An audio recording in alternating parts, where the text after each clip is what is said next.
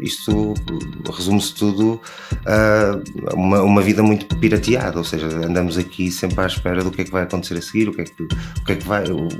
qual será o próximo trabalho, o próximo contrato, a próxima missão.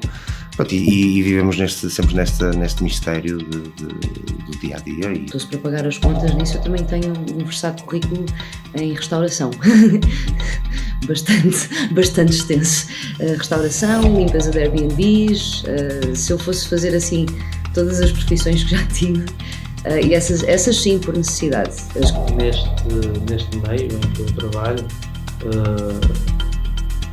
parece-me ser pensada como uma coisa para algumas elites, não é? Sim, porque sim. Quem ali trabalha, há muita gente ali trabalha que não pode ir a um concerto, tem convites para ir a concertos ali, não é? Ou não vai a mais lado nenhum, porque o dinheiro não chega.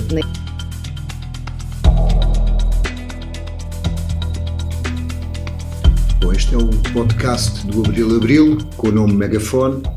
O tema desta emissão, se é que lhe posso chamar emissão, é a cultura. Se a cultura pode sobreviver à pandemia, à guerra e a muitas décadas de desgoverno. Tenho aqui o Fernando Lima, que trabalha na Casa da Música, a Maria Leite, que é atriz, e o Miguel Januário, que é artista plástico. Não sei se posso chamar dessa forma. Eu gostaria que brevemente vocês apresentassem as razões por que foram para a cultura e o que é que se depararam nesse meio, talvez. Qual é o vosso percurso? Queres começar tu, Maria? Pode ser, mas vou tentar ser breve, porque o meu percurso é um bocadinho assim, vai para muitos sítios. Eu não sou só atriz, também trabalho como, nem sei muito bem porque a categoria tem um nome estranho. Há quem diga videasta, pessoas que trabalham vídeo para cena, vídeo para palco. Também trabalho com edição, com um bocadinho de tradução.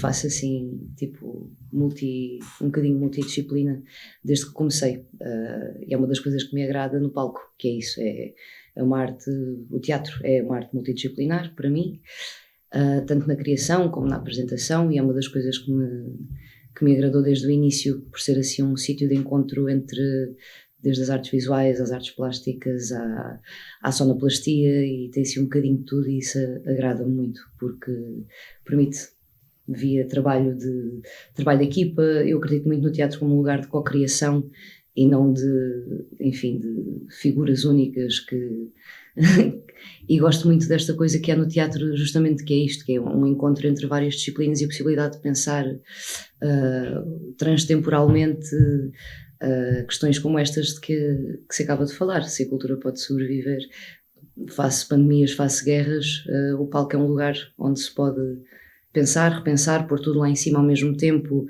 e chegar, enfim, não digo a soluções ou resultados, mas permite-nos ver-nos a nós próprios, de certa forma, e isso sempre me motivou.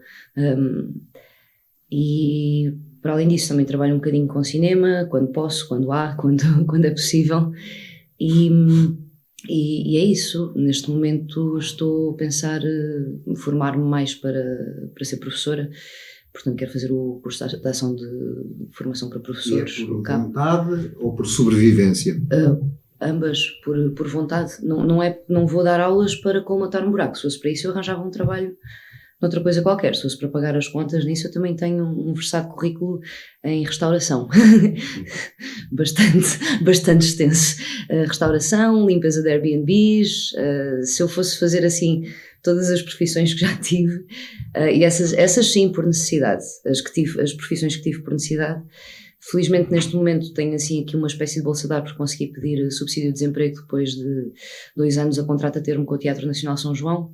E então neste momento, com o subsídio de desemprego, vou conseguir investir um bocadinho justamente nisto, porque só tenho licenciatura. Para dar aulas preciso de mestrado, e nestes últimos anos não consegui completar a minha formação académica, que é uma parte que também me interessa muito, a parte da pesquisa e investigação, que portanto na precariedade não é de um mês para o outro, uma pessoa não consegue propriamente pensar a longo prazo e considerar ir estudar, completar a formação, porque está com a corda ao pescoço para pagar renda, água, etc. Todas aquelas necessidades mais básicas, mas agora que tenho as minhas necessidades básicas asseguradas, estou a conseguir perspectivar o meu futuro, e há várias coisas que me motivam, nomeadamente a escrita, a transmissão de conhecimento, e essa é uma urgência para mim agora, portanto é um prazer para mim estar aqui convosco hoje a pensar. Fernando, Casa da Música é uma estrutura imponente, mas do ponto de vista da contratação dos trabalhadores tem uma espécie de pés de barro, não é? Tem, no mínimo, pés de barro é dizer pouco. Eu fui lá parar, eu fiz formação em música, saltei ainda entre várias áreas até aterrar em música como instrumentista. Fiz o curso em Esmaio de guitarra jazz. E depois apareceu, mal eu acabei uma proposta para a área editorial, e eu fiz algumas entrevistas e alguns testes e acabei por ser contratado.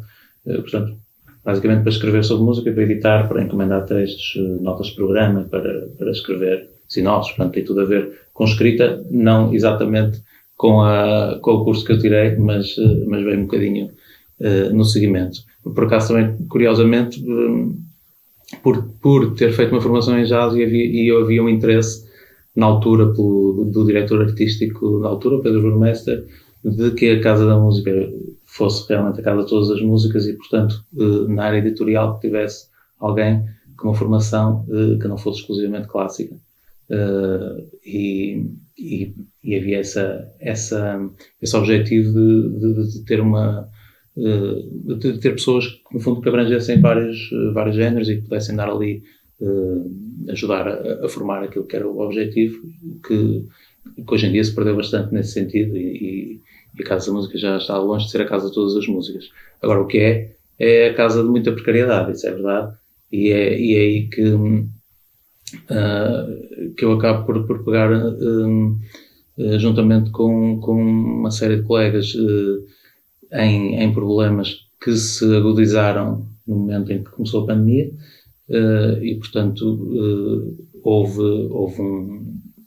uma forma de descartar uma série de pessoas que trabalhavam a recibo verde, porque sempre houve falsos recibos verdes na Casa da Música, e muitos, e continua a haver, e ao não concordarmos com essa forma, eu e outros colegas que tínhamos contrato de trabalho e que estávamos numa situação estável, mas muitos outros não estavam, e portanto houve ali esse movimento que se criou. Eu, entretanto, acabei por integrar também o sindicato CNST, e portanto, neste momento, como delegado sindical, continua essa luta, não só no respeito a direitos dos trabalhadores a recibo verde, que tem sido uma luta muito difícil, apesar de ter havido integrações importantes de alguns colegas. Continua a haver, continua a não haver o reconhecimento desse problema por parte dos tribunais, por exemplo, que é a última linha a que se pode recorrer, e nessa última linha tudo o que é claramente trabalho subordinado e falso recibo verde que devia ter um contrato de trabalho é negado por quem tem esse poder nesse momento. E, portanto, assumimos essa luta no âmbito agora do sindicato, mas também por uma série de reivindicações que têm a ver com outros trabalhadores com contrato, mas também em situação de precariedade. Porque a precariedade não são só os falsos recibos verdes, são os contratos a termo, e são os salários baixíssimos, vários salários mínimos que ainda se paga a pessoas que têm. Não estou a falar de jovens de 18 anos que vão trabalhar pela primeira vez, e o salário mínimo também é baixo para eles. Mas estou a falar de pessoas com 30 ou 40 anos de idade, que nunca ganharam mais que o salário mínimo. Nunca ganharam mais que o salário mínimo e que têm 15, 20 ou 30 anos de carreira. Isto, por exemplo, na área da restauração, há várias situações desse género, e noutras também. E noutras, pessoas com formação, com outras formações, com licenciaturas, com trabalhos especializados, que não chegam a ganhar 1.000 euros brutos por mês. Portanto, há várias situações desse género, e é esse combate que nós estamos ali a tentar fazer, mas que tem sido difícil. Miguel, eu tinha um amigo meu que dizia que a arquitetura era uma espécie de mijo dos príncipes, e portanto a arte inicialmente era paga por esses senhores nobres, não é? Hoje ela sobrevive como? E como é que tu foste parar?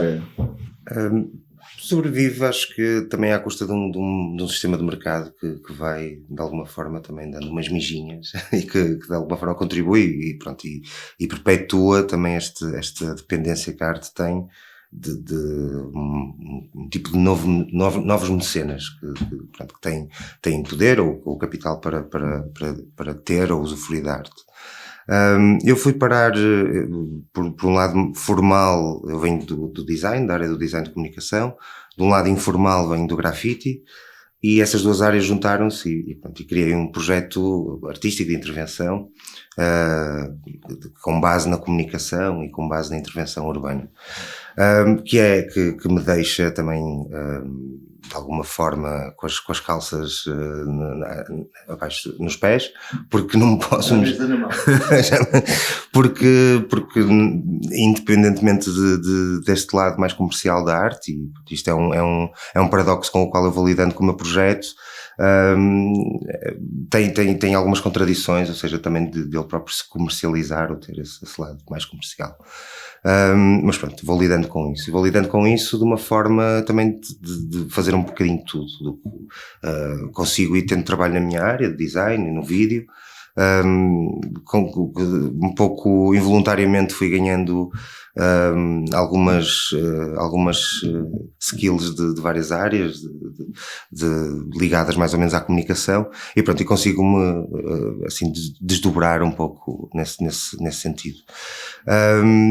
Agora, como falávamos há pouco antes de entrarmos aqui, tipo, isto resume-se tudo a uma vida muito pirateada, ou seja, andamos aqui sempre à espera do que é que vai acontecer a seguir, qual será o próximo trabalho, o próximo contrato, a próxima missão. Pronto, e vivemos sempre neste mistério do dia a dia e recentemente com a pandemia, por exemplo, tudo isso se tornou ainda mais, o nevoeiro ainda veio acentuar a dificuldade de vislumbrar qualquer possibilidade de futuro ou de ver como é que as coisas podem ser em termos artísticos. Até porque a ideia de carreira artística é muito difícil. Eu conto pelos dedos os amigos que tenho, que são artistas e que realmente conseguem ter uma vida unicamente ligada às artes. E muitas vezes acabamos por ter que nos desdobrar noutras formas paralelas de pagar e de financiar a nossa vida. Na tua área há uma espécie de deriva especulativa, não é? Sim. De tornar a arte um mecanismo de especulação. Claro. E há um modelo Claro. o cúmulo é os NFTs, não é? Sim. A arte tem vindo a servir muito para isso, aliás. Tem acontecido ainda antes dos NFTs. Era fácil ver artistas que apareciam tipo quase os hits de verão das artes, e isto em Portugal é de uma forma um bocadinho mais humilde, mas se formos a circuitos artísticos americanos, de Nova Iorque, por aí fora, artistas super jovens que apareciam a vender obras de milhões e que nunca mais ninguém ouviu falar deles, ou seja, a arte serve muito para lavar dinheiro, para entrar num mercado.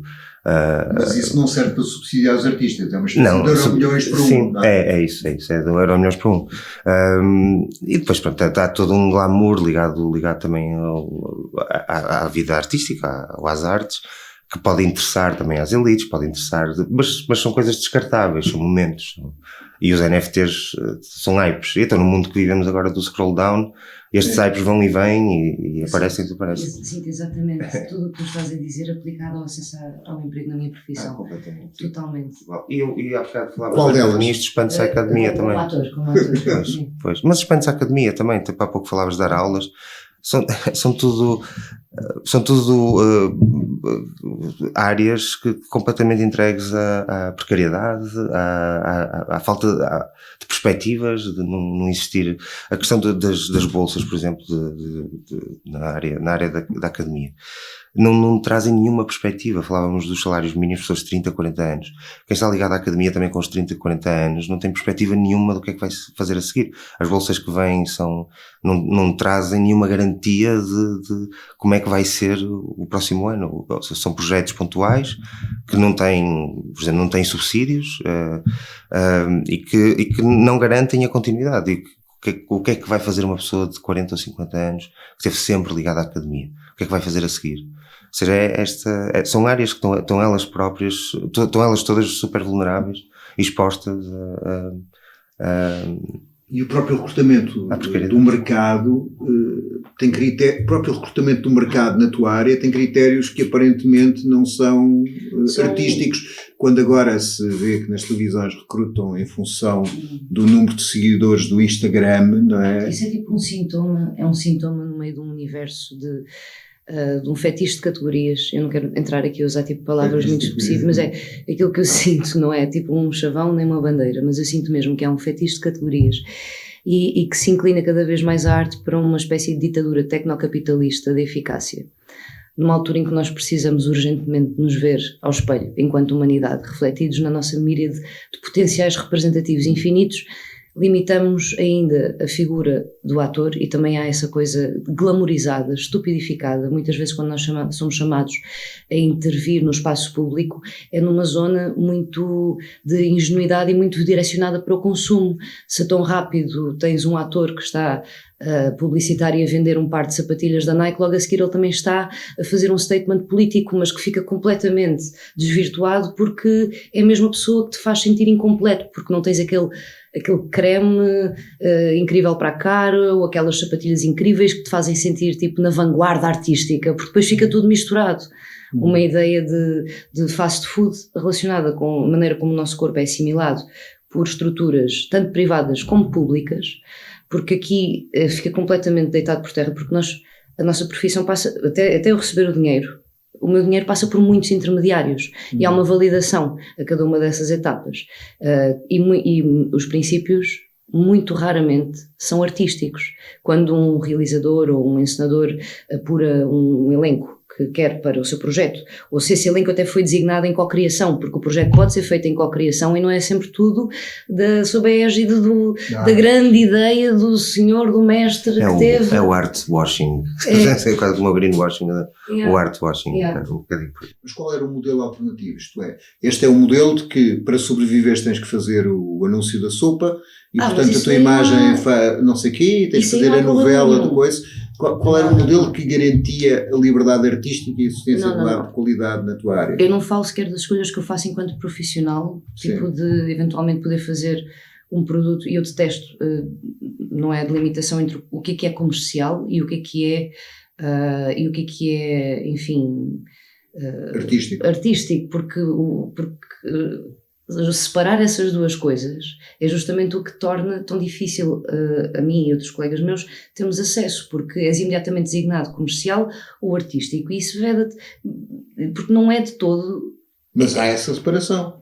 Mas é uma separação feita pelo mercado, não há uma separação artística. O que é um produto? Ou seja, há uma coisa, por exemplo, no ICA, que é o valor poético da obra. Eu não tenho bem a certeza porque nunca concorri, felizmente, então não tive. Mas é nem que seja só para receber o papel a dizer o porquê de não. Mas há uma coisa que é o valor poético, ou uma coisa assim do género. Isto, enfim, são fatores muito, muito, muito subjetivos. E mesmo o que é comercial, o que não é, por exemplo, certos tipos de cinema, como a ficção científica, ou como a comédia, ou como, sei lá, o cinema de horror, por exemplo, são considerados quase tipo géneros menores, mas que têm um potencial de chegar a grandes públicos. Mas, no entanto, é como se fosse cá designado para fora do mainstream, porque eu não consigo perceber, sinceramente eu não sei, não faço ideia o que é o mainstream comercial português, porque a mim parece-me tipo uma assimilação de uma data de gente que tem muito medo de falhar e que então usa uma quantidade de coisas que acham que são uma receita para sucesso, e é um sucesso mercantilista e de ganhar e de ficar no topo. Não é um sucesso de continuidade, de partilha de informação, não é Mas estás a falar do cinema, por exemplo. Eu estou a falar de todas as áreas. Eu estou a falar do teatro, do cinema, das locuções, das dobragens. Eu estou a falar de todo aquele trabalho. Eu estava a tentar ir ao cinema pelo seguinte, que é, há alguma possibilidade de existência, porque a ideia de um cinema comercial é que a gente está a fazer cinema e ele tem que ser pago pelos espectadores, mas é impossível pagar um filme português meramente pelos espectadores. Provavelmente, se multiplicarmos as idas ao cinema, que já são residuais, num grande êxito, não paga uma média produção de um filme. E isto não acaba por liquidar a existência de outro tipo de cinema, Não há uma necessidade de haver outro tipo de apoios para garantir uma certa de independência dos objetos culturais em relação ao mercado? É assim, eu nunca tentei fazer um filme meu. Gostava muito. Eu espero vir a deparar-me com essa questão em breve, mesmo. Porque a minha motivação para concorrer a um apoio estatal para uma curta-metragem, uma primeira curta-metragem, é de pouca a quase nenhuma. E quando eu penso muitas vezes, estou já a pensar em produtos que podem justamente ser eventualmente financiados de outras maneiras, porque neste momento não temos que ter só tipo uma longa-metragem. Quando uma pessoa pensa num produto ou numa narrativa audiovisual, neste momento já pode ter muitos tentáculos e há muitas maneiras de se chegar a um produto final de ficção de imagem em movimento neste momento. E nós, ou seja, se pusermos só a égide tipo a coroa na longa-metragem, como o sítio a chegar, não é? Porque é uma espécie de percurso, não é? Tipo instituído, e se calhar pode não ser todo bem por aí, porque também dá uma ideia de validação, que é tu fazes uma curta, ganhas uns prémios, depois já consegues concorrer, se calhar para uma longa, mas isto não é uma ascensão que seja natural para toda a gente. Claro, mas os próprios concursos estão muitas vezes já minados, então, ou seja, de facto há interesses, também há pessoas que conseguem chegar lá mais facilmente, por questão de poder, também já de poderes que ficam estabelecidos. Eles uns aos outros. Fernando, normalmente estas questões laborais que existem em estruturas da qualidade e que deviam ser uma âncora como a Casa da Música, e portanto nas várias estruturas públicas ou semipúblicas do coisa, tem que ver com uma falta de um apoio estatal externalizado e o corte dele, não é? Isto é, provavelmente haveria condições de carreiras normais e a sério se não fosse 0,25% daquilo que está no orçamento da cultura. Isso é a realidade em muitas situações. Eu estou numa realidade bastante diferente daquela que a Maria e o Miguel estão e que estão aqui a falar. Porque aqui estamos a falar de uma instituição que tem um financiamento grande e que absorveu um financiamento grande da cultura, ou seja, acabou por assumir um papel importante na região, ou seja, como absorvendo e tendo a função, a missão de o pôr a funcionar, de pôr esse dinheiro, esse investimento do Estado a funcionar. Portanto, tem financiamento do Estado de 10 milhões de euros por ano. Tem financiamento de mecenas privados muito inferior, na ordem de 1 milhão, 1 milhão e meio, raramente os 2 milhões de euros. E que tem decaído ao longo dos anos. E esse financiamento, de facto, podia servir para termos ali um exemplo de boas relações de trabalho. E esse tem sido um argumento que temos apresentado à administração. Temos a oportunidade de criar um modelo e de, pelo peso que aquilo tem na cidade, influenciar um bocadinho, dentro do que for possível, outras realidades laborais que também precisem dessa alavanca. Na realidade, não é isso que acontece. Na realidade, o que acontece é que o investimento do Estado não chega, não é canalizado para corrigir a precariedade. E não é canalizado, mas é canalizado para outras coisas. É canalizado para outros níveis salariais, outras carreiras que estão incrivelmente acima daquelas que estamos a falar. Os administradores? Sim, os administradores não são remunerados, mas os diretores, coordenadores, há uma quantidade de gente com salários acima dos 3 mil euros e na ordem dos 4 mil. Basta dizer que são 9 ou 10 coordenadores a ganhar 4 mil euros por mês, não é? Fora os diretores que ganham na ordem dos 6 ou 7 mil. E fora a administradora que entrou há uns meses que ganha um bocadinho acima disso, não sei exatamente quando, mas um bocadinho acima, certamente. Portanto, isto convive com o outro lado. Isto é importante porque, primeiro... Alimenta-se do outro lado. Sim, alimenta-se do outro lado, exatamente. Há ali um patamar superior que esmaga o que está em baixo. Deve haver a concepção que os artistas precisam de fome para ter criatividade, não é? Mantê-los em relações precárias. Pois, porque e depois não estamos a falar só de artistas, não é? Há ali uma realidade diferente, que é a realidade da orquestra sinfónica, que tem níveis salariais definidos, porque foram negociados com o Ministério na altura em que integraram a Fundação e, portanto, a esse nível não há grandes problemas.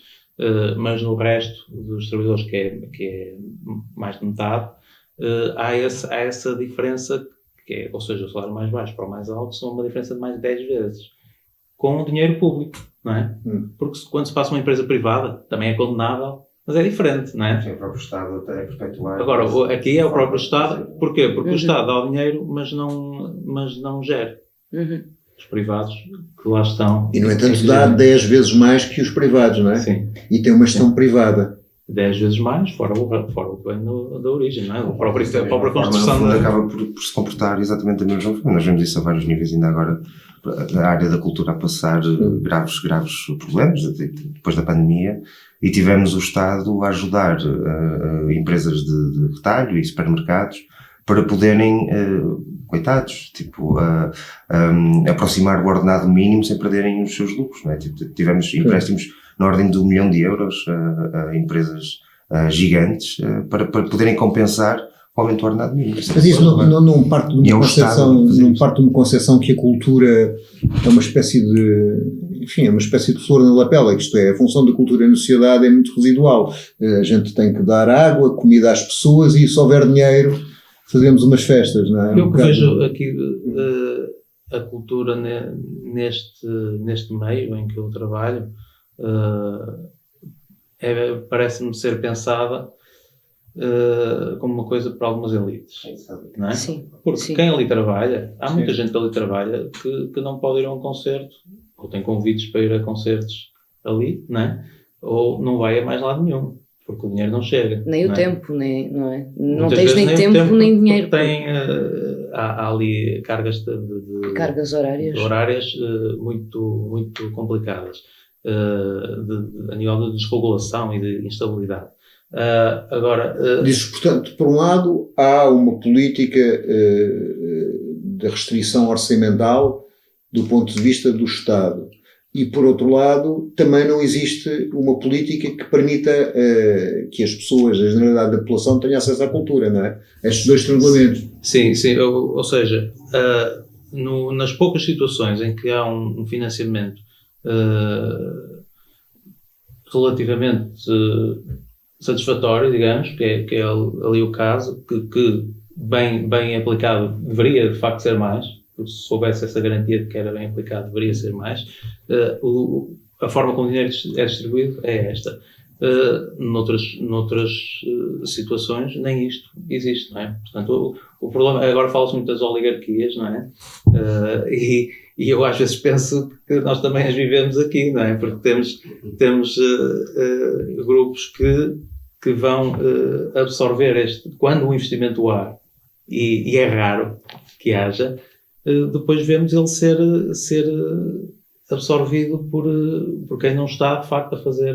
Quer isto, os intermediários. E voltamos mais uma vez a esta questão das posições de poder, ou seja, quem tem acesso muitas vezes a concursos, a investimentos, o dinheiro que vem agora da Europa são pessoas que já têm à partida estruturas para lá chegar e para os conseguir, ou seja, já o teu corpo te faz aumentar. É lógico que a base do capitalismo, né? Quem enriquece, quem já tem algum poder para começar a enriquecer. Até penso que o PRR vai sobretudo para infraestruturas culturais, etc., e muito menos ou nada para trabalho, não é? Para a parte do...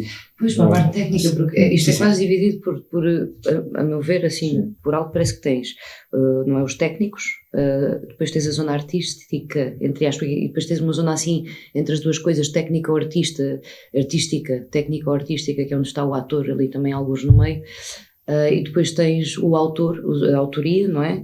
Aí o artista, a zona criativa, que é hipervalorizada, também a meu ver, em relação às funções técnicas, porque o pensar não é mais valioso, e estas definições de valores, o pensar não é mais valioso do que a concretização na obra artística.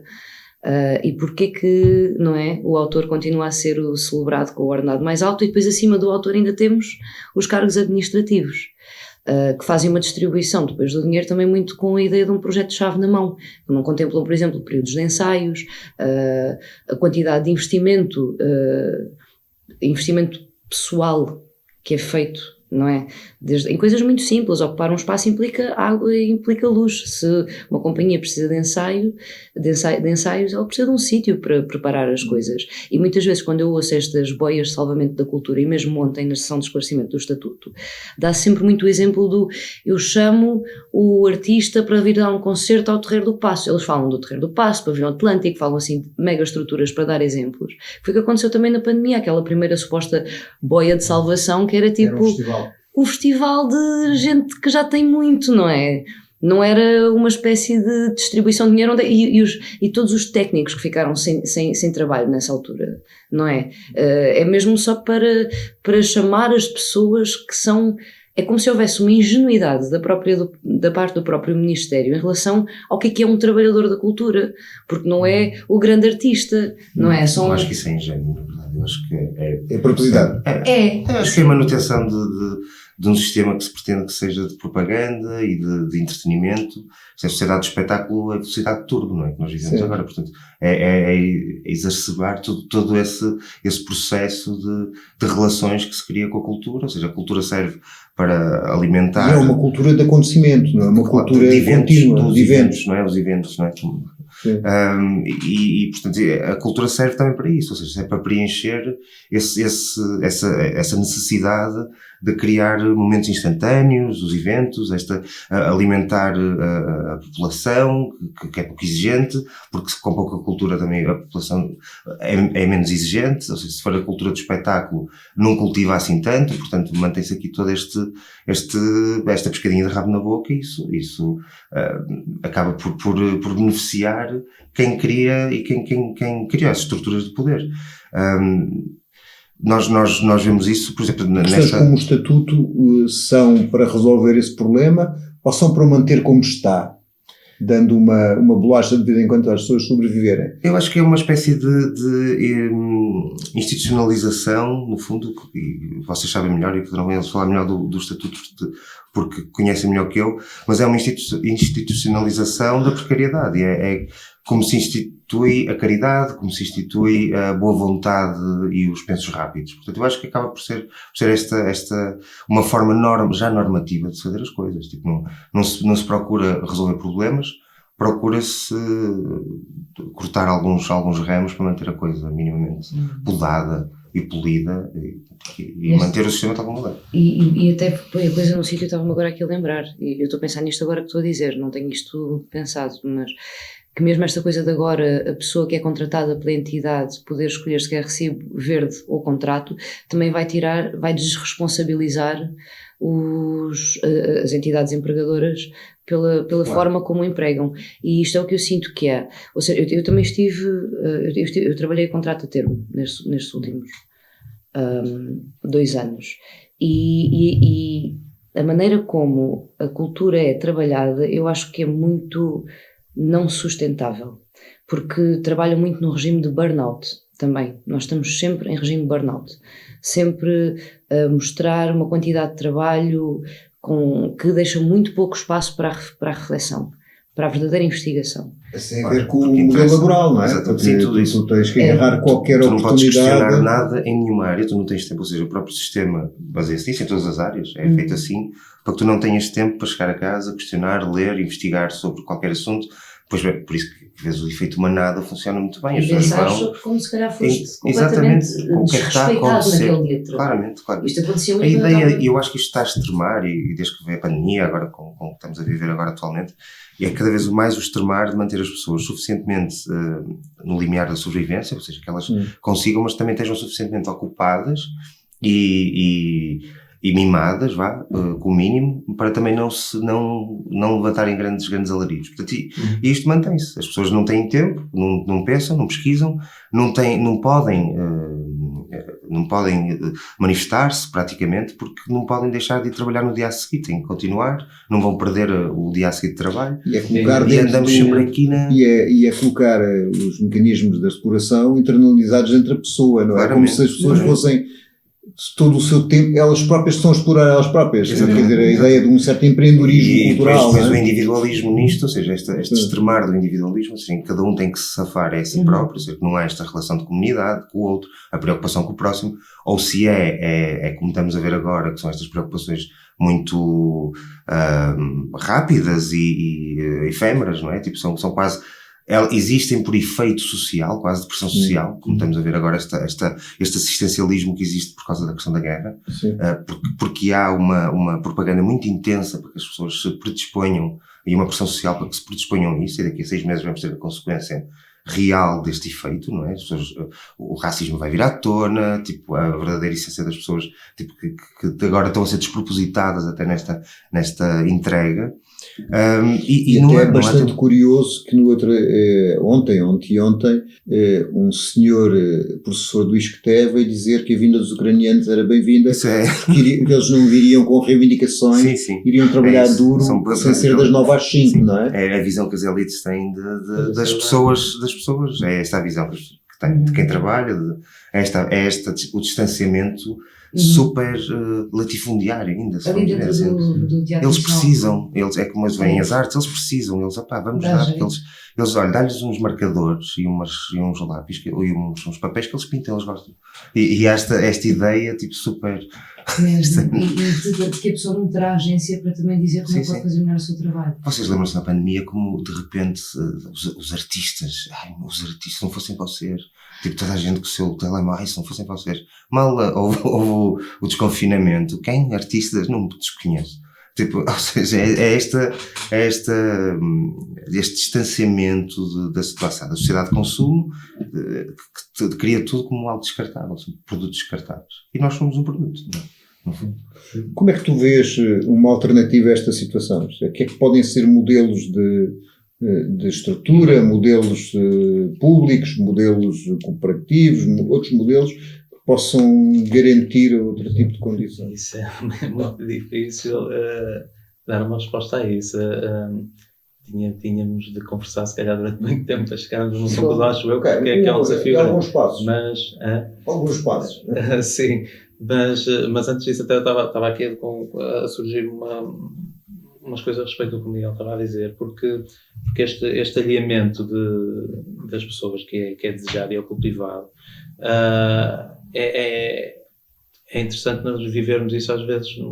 Eu vivo isso muito no local de trabalho, ou seja, há muito, percebe-se que há uma intenção de dividir pessoas, dividir em grupos diferentes, para que algumas percebam, atenção, que não estás assim tão mal.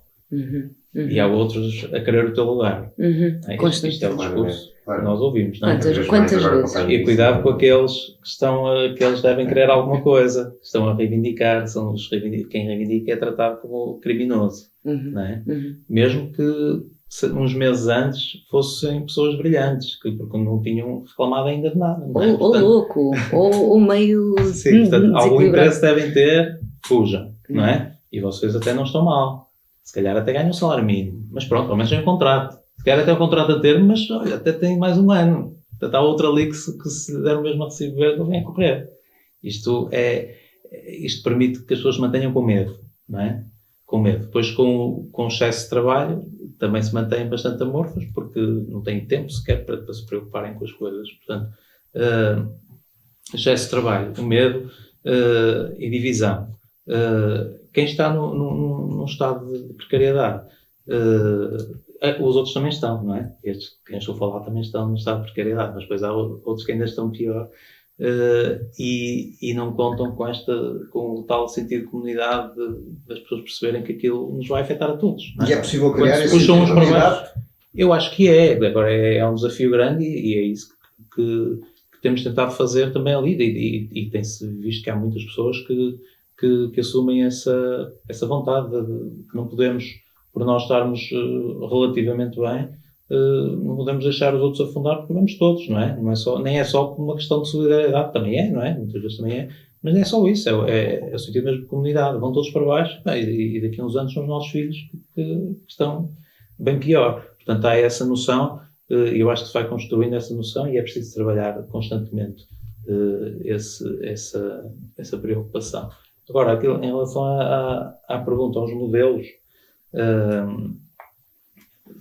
eu posso dizer o que eu acho, os caminhos que eu acho que dificilmente vão funcionar, não é? Porque este modelo de Estatuto da Cultura que se está a apresentar é um modelo preguiçoso. É um modelo em que se assume que há ali uma realidade que não vai acabar.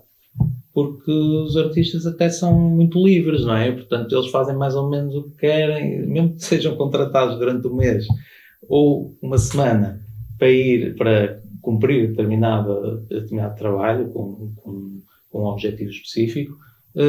Há sempre a ideia de que não, é trabalho criativo, é livre, e às vezes nem é por ser criativo, por ser técnico, porque depois abrange toda a gente, não é? Abrange até o assistente de sala está a abrir a porta e que também é livre porque ele até tem outro emprego noutro sítio. E este discurso duvidoso, nós até ouvimos às vezes na sessão entre as sessões de esclarecimento com os responsáveis do Ministério da Cultura, às vezes tanto vai para um lado um bocadinho como vai para o outro, ou seja, numa frase somos capazes de ouvir dizer, não, uma pessoa que tem um trabalho de 2 horas pode ser um contrato de trabalho, e muitas vezes até é, mas a seguir está-se a dar um exemplo do que é um verdadeiro recibo verde e dá-se como exemplo a pessoa que até só foi trabalhar ali uma tarde. Portanto, é a mesma coisa, não é? É a mesma coisa.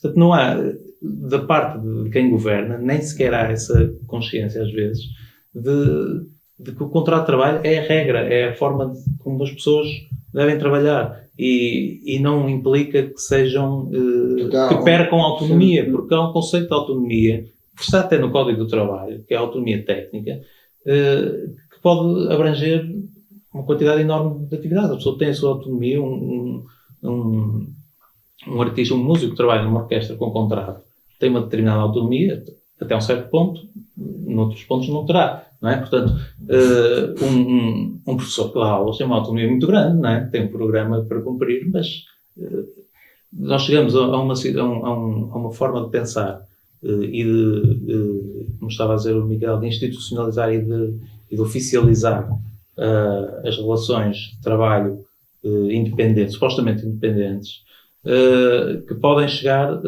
praticamente todas as atividades, porque todas têm alguma componente independente, não é? Porque as pessoas são pessoas, não é? Não são máquinas. É um discurso ideológico da liberdade, que no fundo é a liberdade de não teres um emprego estável. E não é e apresentado como uma coisa positiva. Não é uma mais-valia. Sim, não é? E só para voltar um bocadinho ao Estatuto da Cultura, o que acontece depois é que ao se concluir que aquilo não se pode eliminar, não é? O trabalho a recibo verde não se pode eliminar, então vamos remendar, não é? Os tais pensos, não é? Vamos pôr aqui uma forma de até terem direito a um subsídio se não tiverem trabalho, mas claro que para terem direito a esse subsídio vão ter de contribuir mais do que qualquer outro trabalhador, não é? Porque as contribuições vão aumentar e vão ser superiores. E depois também vai-se criar um mundo à parte, que é o mundo do trabalho na cultura, mas a precariedade não existe só na cultura, não é? A precariedade existe, é generalizada. Sim. É mais, se calhar é mais visível porque de certa forma, não sei, se calhar consegue-se dar alguma visibilidade mais pelo facto de ser trabalho que circula mais facilmente, que se comunica mais facilmente, portanto, em especial quando começou a pandemia isso foi muito notado. Mas há todo outro trabalho precário que está silenciado e que é igualmente grave, não é? E, portanto, e que estas soluções, que não são soluções, que são artifícios, são ilusões, não vão resolver. Portanto, nem vão resolver para aqueles que pretendem, o que se pretende resolver, supostamente, o que se apresenta como objetivo, muito menos vão resolver para os outros que igualmente são graves e é preciso resolver para que o trabalho, o mundo do trabalho funcione devidamente. Há um discurso que pretendem vender que estas gerações são muito livres, não gostam de ter uma casa, não gostam de ter não sei o quê. Não gostam ou não podem? Mas isto pegando ainda desta coisa muito livre uma tanga, porque se eles fossem ler as nossas chamadas para castings e audições, exigem disponibilidade inteira. Exigem sempre, mesmo perante recibo verde, exclusividade. Quando eu estou a ensaiar um espetáculo que vai ser apresentado no mês seguinte, eu trabalho 8 horas para aquele espetáculo. Mesmo, todos os dias. Não há como não. E pode não ser em sala de ensaios. Pode ser em casa, amarrar o texto, porque as pessoas ficam sempre banzadas. Como é que consegues decorar todas essas palavras? Eu digo como é que eu consigo decorar todas essas palavras. Acho que disseste uma vez que estudo, eu estudo. Sim. Esse título é horroroso. A pessoa que me fez essa entrevista é uma pessoa maravilhosa e a entrevista foi muitíssimo bem conduzida. Depois passou para a redação e esse título foi completamente estupidificado. Essa notícia do hobby. Hobby é tricotar. Isso vinha numa frase muito grande mesmo, vinha contextualizado e eu fui completamente estupidificada e não agradeço quem pôs o título. Agradeço ao jornalista que me entrevistou, que é uma pessoa que faz muito bem o seu trabalho, foi um prazer falar com ele. Mas depois, quando passou para a redação, o título que é aprovado, lá está, porque mas agora sem querer desviar, mas lembrei-me agora de outro título atroz que saiu este ano sobre uma colega cujo trabalho eu respeito e enalteço, que é atriz tal, a arte mas porque são altamente responsáveis. Eu responsabilizo muito a comunicação mediática pela forma, pela precariedade do ator, absolutamente. Então, alguém que vem com um título, e porque é paradigma desta coisa da liberdade e dos recibos verdes, temos um título este ano, o ano passado, 2021, esta minha colega, que eu aprecio, surge como notícia no jornal a dizer o nome dela, a arte de estar em todas. Isto é uma coisa boa? É uma coisa boa estar em todas? Trabalhar demais é uma coisa boa? É isto que eu estou a dizer, quando eu estou a fazer um espetáculo, eu preciso de tempo para decorar o texto, para fazer preparação física, para ir para ensaiar com o coletivo, não é? E descansar, para no dia seguinte estar lá, com concentração e zelo. O dia de rodagem de o dia de rodagem de uma equipa de filmagens são 12 horas. O que é que a pessoa vai fazer depois das 12 horas de rodar? Uma dobragenzinha ali ao lado, à 15ª hora, a conduzir que nem louco, não é? Porque isto acontece muito e fala-se muito e achamos que se calhar isto vem de uma liberdade e da pessoa gostar, mas não é. E a ideia de que um ator pode estar a fazer 4 trabalhos ao mesmo tempo é um sonho, é um pesadelo assim bastante idiota que vai sendo assim tecido por quem nos emprega a achar, mas depois quando te querem lá não te deixam fazer mais nada, nem ir e nem eu quero. Eu quando estou a preparar uma obra, seja ela audiovisual, teatral ou cinematográfica, eu preciso de tempo. O freelancing aqui não é uma coisa boa, eu não tenho vontade nenhuma. Quando estou imersa numa obra ou num processo, uma ideia, uma personagem, o que quer que seja, e não tem que ser só aquele trabalho de construção de personagem super clássico que também que os jornalistas gostam de fazer passar, fazem muitas perguntas como gostas de te ver, assim, as perguntas são mesmo tontas e completamente desadequadas daquilo que é o nosso trabalho. Nós temos tanta coisa para partilhar, mas é sempre... E acho que também seria muito bom, por exemplo, se responsabilizasse que a arte não é feita só pelas pessoas que são vistas, não é? E quando, por exemplo, há uma comunicação de um espetáculo, uma conversa com o público, ainda há muito hábito de pôr o encenador e os atores. Mas a direção de cena tem tantas coisas para dizer sobre o espetáculo. Tantas. Porque esta... E depois ainda por cima nós somos postos nesta espécie de pedestal que é completamente recuado da nossa realidade, porque... Claro que quero ter uma casa. Eu tenho 33 anos e não me sinto mesmo nada tipo uma coitadinha. Sou uma pessoa privilegiada que teve acesso a estudos, a trabalho, a meios. E agora, pela primeira vez, é uma grande conquista ter uma casa na qual estou a viver sozinha, pela primeira vez na minha vida. Porque mesmo quando eu estava a gravar a telenovela, eu partilhava a casa.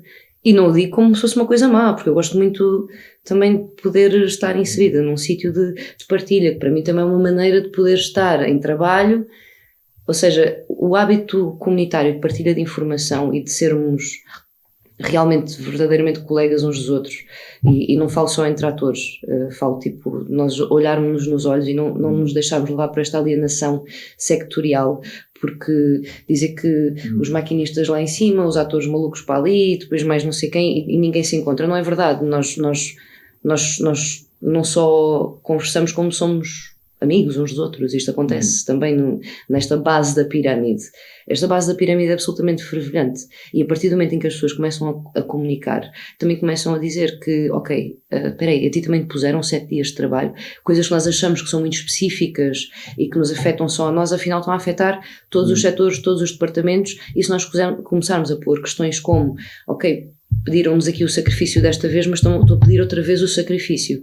E se nós começarmos a falar sobre este acumular de excesso de trabalho que calha a todos... E no fundo a tua situação não é individual, é uma situação que te esconderam, que é uma situação geral de todos os outros, e portanto resolve-se coletivamente. E a falar uns com os outros, sim. E por exemplo, uma das estratégias que nós estamos agora a empregar, por exemplo, para acesso ao trabalho, é que há às vezes shortlists para os próprios castings e para as audições. Felizmente já começa a haver algumas mais públicas, mas há muitas vezes um acesso que é muito reduzido a uma elite que é escolhida pelas agências, que é um bocadinho perverso. E aquilo que nós começámos a fazer, por exemplo, agora entre colegas atores, intérpretes, eu sei que tenho que abrir um casting para um filme e partilho com todos os meus colegas, porque eu sei lá, porque não, há uma tipificação da personagem muito por caráter físico, por exemplo, e a pessoa que precisa muito de um ator que é loiro, de olhos azuis, se calhar fica tão bem servido com uma pessoa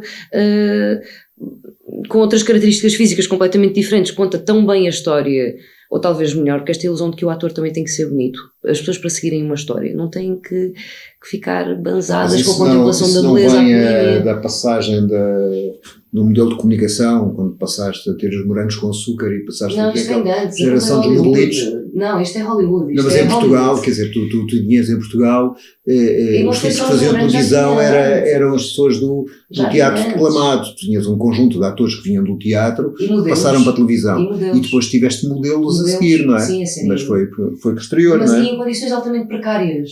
Sim. Eu, quando penso nessas pessoas, não penso se eram bons ou maus atores, se eram figuras comerciais ou não. Eu penso na precariedade brutal. Quando falamos dos moranguinhos, falamos dos recibos verdes e das 14 horas que essa gente trabalhou ali. Também a título de quê? De uma ideia de fama, de continuidade completamente insustentável. Portanto, não, isso já vinha, isso já lá estava. Eles só vieram preencher um lugar. Não há uma culpa da geração Morangos com Açúcar sobre a tipificação do corpo belo, porque a fetichização da musa no cinema português é transversal também. Sim. Então. Essa história do belo como valor comercial e que tu tens que ter qualquer coisa tem que ser bela, que é para contares uma história, é generalizada a todas as artes, é uma coisa do capitalismo recente. Penso que não só, eu acho que existe aqui também outros sistemas a funcionar. Por exemplo, eu falo um pouco do que me toca mais a mim, que foi esta mercantilização ou esteticização contínua daquilo, por exemplo, que é a arte de protesto ou aquilo que representa o protesto. E que é muito interessante porque também revela muito da sociedade em que vivemos. Nós vimos que continuamente aquilo que eram contraculturas ou subculturas passaram para o mainstream e passaram elas próprias a transformarem-se num produto. Eu costumo dizer muitas vezes a t-shirt do Che Guevara ou o cartão multibanco dos Sex Pistols, ou seja, porque são formas também das elites e de se sentirem de alguma forma próximas também daquilo que supostamente são essas subculturas e essa ideia do protesto. É ao mesmo tempo uma normalização disso, ou seja, também não é mais uma vez não é inocente, ou seja, esta tentativa de normalizar aquilo que inicialmente poderia pôr em causa o próprio sistema que se propõe criticar. Portanto, eu acho que esta coisa da ideia de belo também é muito transversal e pode não ser só uma questão estética, pode ser também uma questão de ideal, ou seja, o belo ideal, ou seja, a ideia daquilo que toca ou que mexe ou que faz mexer no momento. E lá está, voltamos a esta sociedade rápida, veloz, em que as coisas mudam muito rapidamente, ou seja, a necessidade de concretização perante a arte é ela própria muito rápida, ou seja, transforma-se muito rapidamente. Mas é possível uma arte que esteja fora deste mercado omnipresente, omnisciente e omnipotente? Porque estavas a colocar que toda a arte de protesto acaba por ser reenquadrada e vendida como nos mecanismos do comércio, não é? Quer dizer, podes comercializar o Banksy, para falar uma coisa mais... É um bom exemplo, por exemplo, é um bom exemplo. Quer dizer, é possível uma arte de oposição?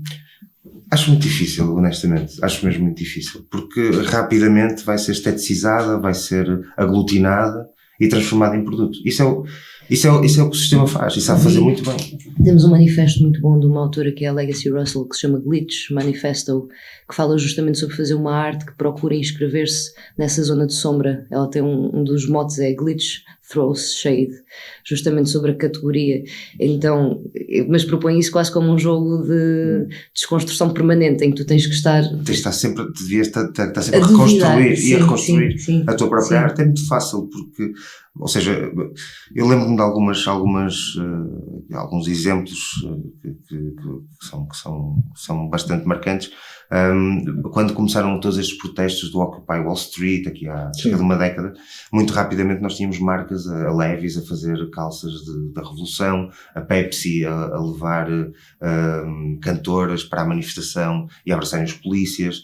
Tivemos uma passagem de modelos que era um protesto, ou seja, fashion now, ou seja, essa normalização é transversal. E o sistema funciona assim, é transformar tudo em produtos e até aquilo que eu proponho criticar é uma forma de anular essa existência.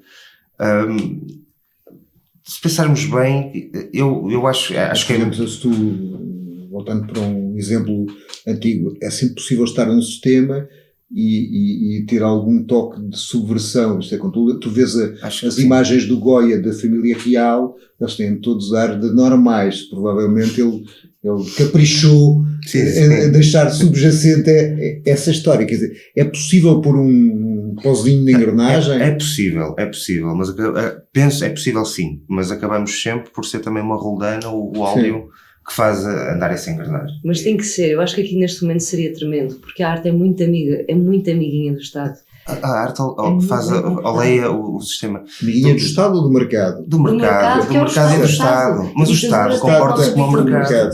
Voltamos àquela... O Estado tem comportamentos idênticos ao mercado. Já demos há pouco alguns exemplos. Portanto, mimetizam-se.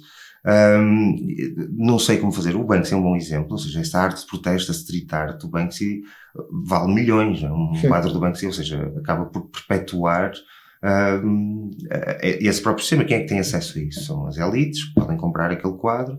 Os NFTs são um grande exemplo disso. Agora os NFTs é absolutamente ridículo, porque tu estás a comprar uma coisa que diz não são ridículos. Que tens a propriedade de uma coisa que não tens, não é? Tens, e vou-te dizer o que é que não é. Isto é a sociedade, esta selvageria, tipo da própria existência, de que estamos a chegar ao cúmulo disto.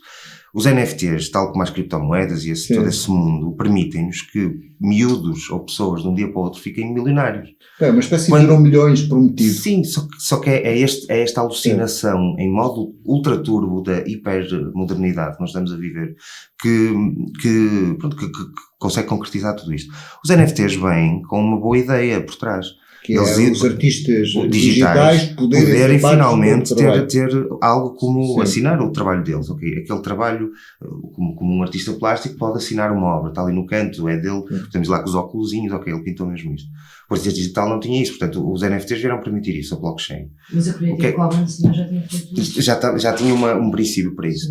Mas a blockchain permite que aquilo. E depois tem outra coisa que não acontece, lá está, no mundo físico, que é os artistas. Eu vendo uma peça como artista e depois alguém tu compras e depois vais vender essa peça a alguém mais tarde. E eu supostamente devia receber uma porcentagem dessa venda. Isso nunca acontece, porque eu nunca mais sei o que é que vai acontecer à minha peça.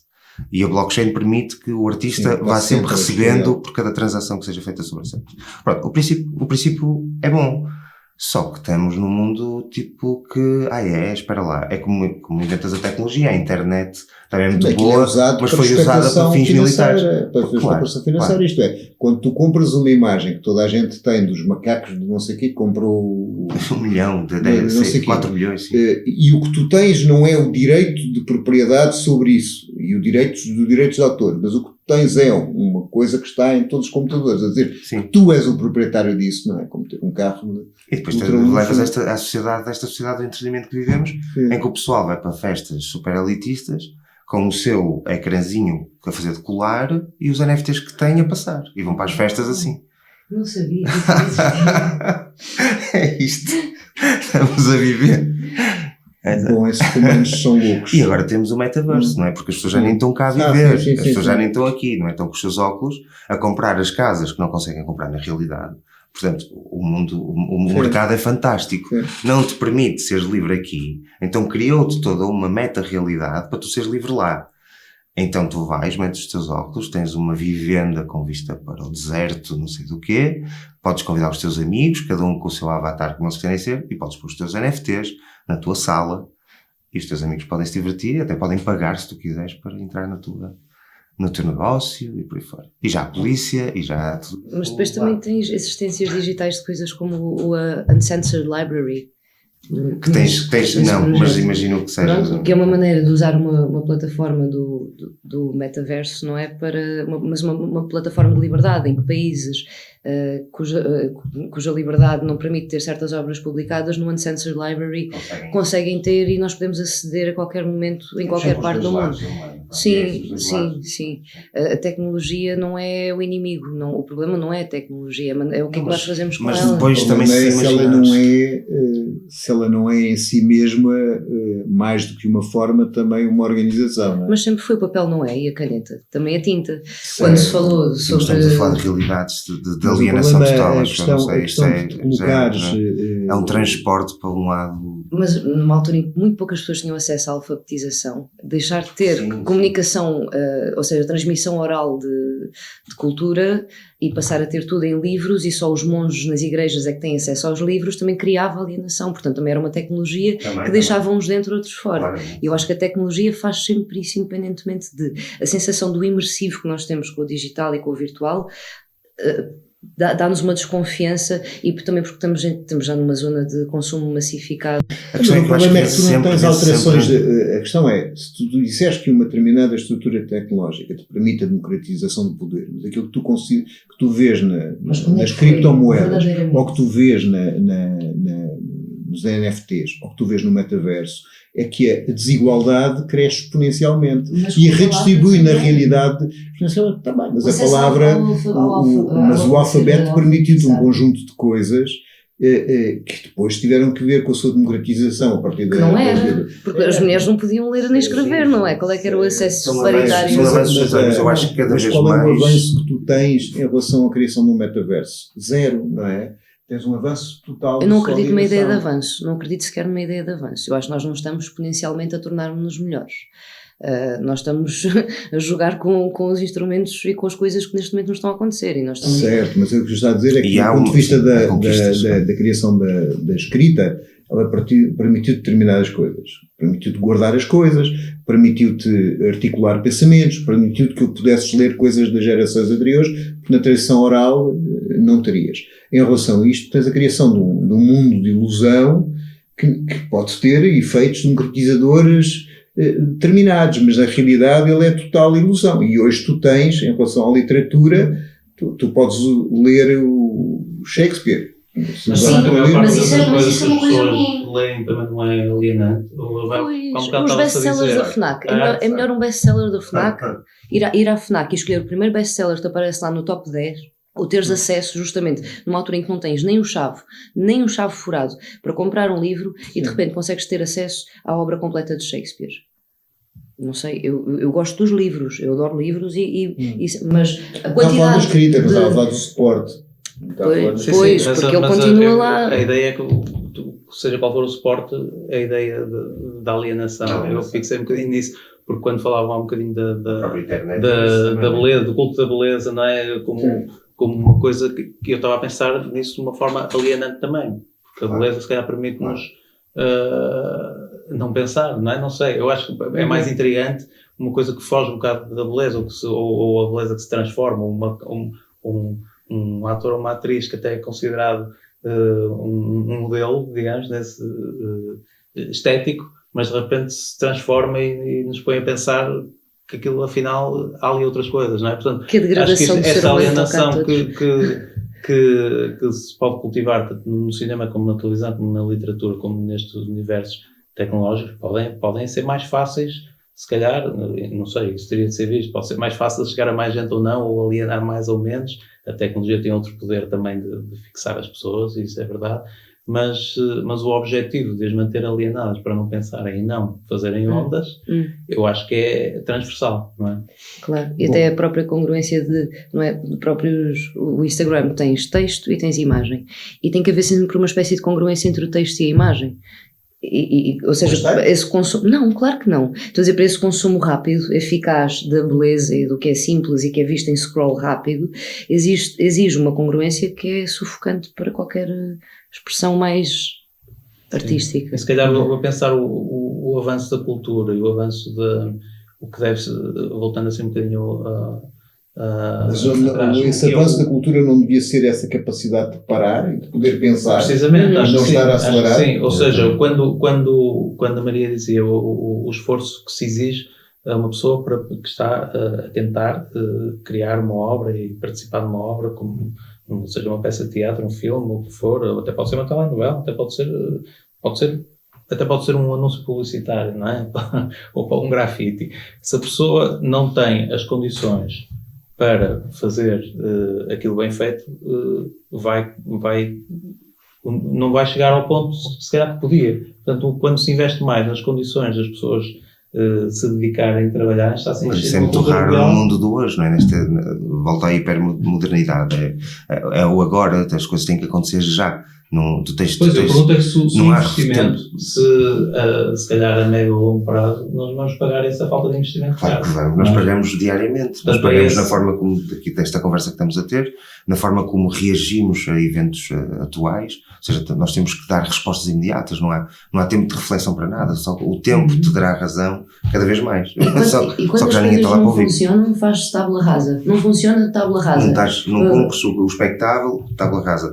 E o tempo dar-te-á razão, só que quando lá chegar já estás no scroll down muito abaixo, já ninguém vai ver o que é que tu tinhas dito e o que é que... Eu acho que aí que é preciso o investimento, quando se pensa no investimento do Estado, o investimento na cultura, tem de conseguir ter uma visão abrangente disto e pensar, o investimento é também isto, é dar tempo e dar espaço para que a cultura... Mas tempo é dinheiro. O pensamento é que não pode ser... O pensamento é este, é do mercado, mas é do mercado. Okay, e nós vemos isso da forma como o Ministério da Cultura, já falamos disto várias vezes, a questão como o Ministério da Cultura durante estes últimos anos viu os investimentos na cultura, sempre com poupanças, ou seja, foi sempre poupado algum dinheiro, e no ano a seguir nunca subiu a percentagem de investimento na cultura. E anunciando aumentos que nunca estavam porque voltavam a poupar. Eram aumentos no metaverso, não é? Era metaverso. Era tudo um bocadinho mais barato. Para se produzir mais e sair mais barato. Exatamente. E em ano de pandemia, que isto é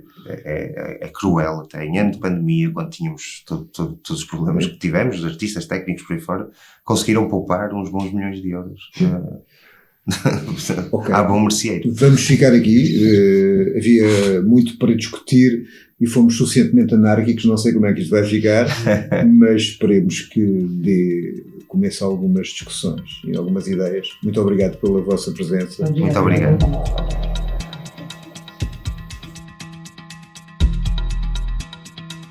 O Megafone é o podcast do Abril Abril, o outro lado das notícias.